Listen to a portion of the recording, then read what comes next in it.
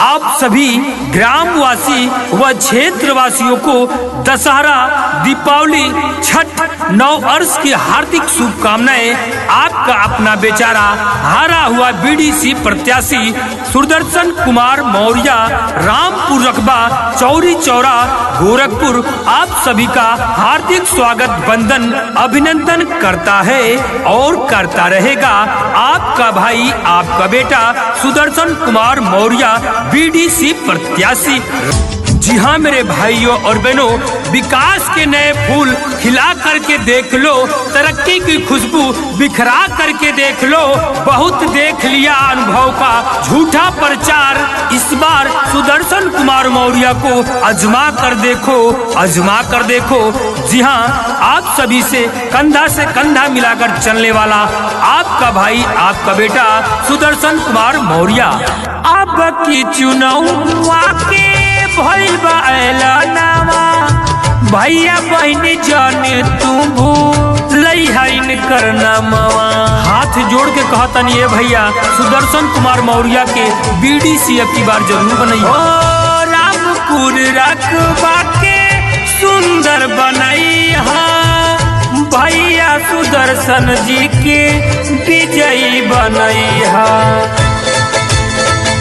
ए बहिनी सुदर्शन जी के साथवानी भाई दिया, बीडीसी बनाई दिया हो। ये चाची सुदर्शन मौर्य जी के जिताई दिया, बीडीसी बनाई दिया हो। ये चाचा सुदर्शन जी के बीडीसी बनाई दिया, इनके जिताई दिया हो।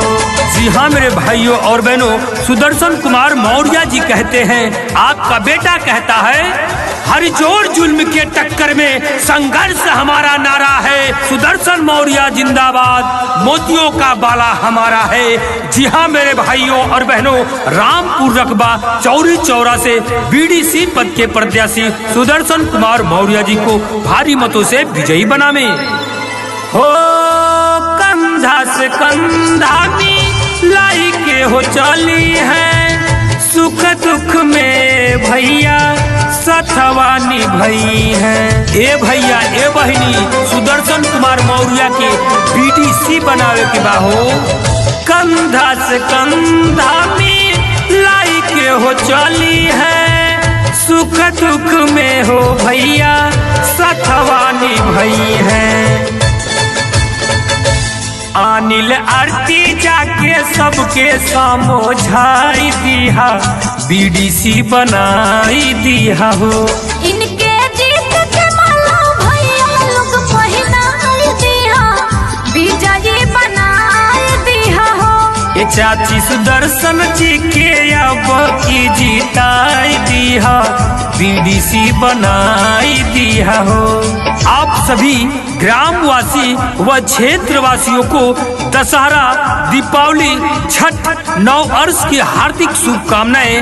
आपका अपना बेचारा हारा हुआ बीडीसी प्रत्याशी सुदर्शन कुमार मौर्य, रामपुर रकबा, चौरी चौरा, गोरखपुर आप सभी का हार्दिक स्वागत, वंदन, अभिनंदन करता है और करता रहेगा। आपका भाई, आपका बेटा सुदर्शन कुमार मौर्य, बीडीसी प्रत्याशी, रामपुर रकबा।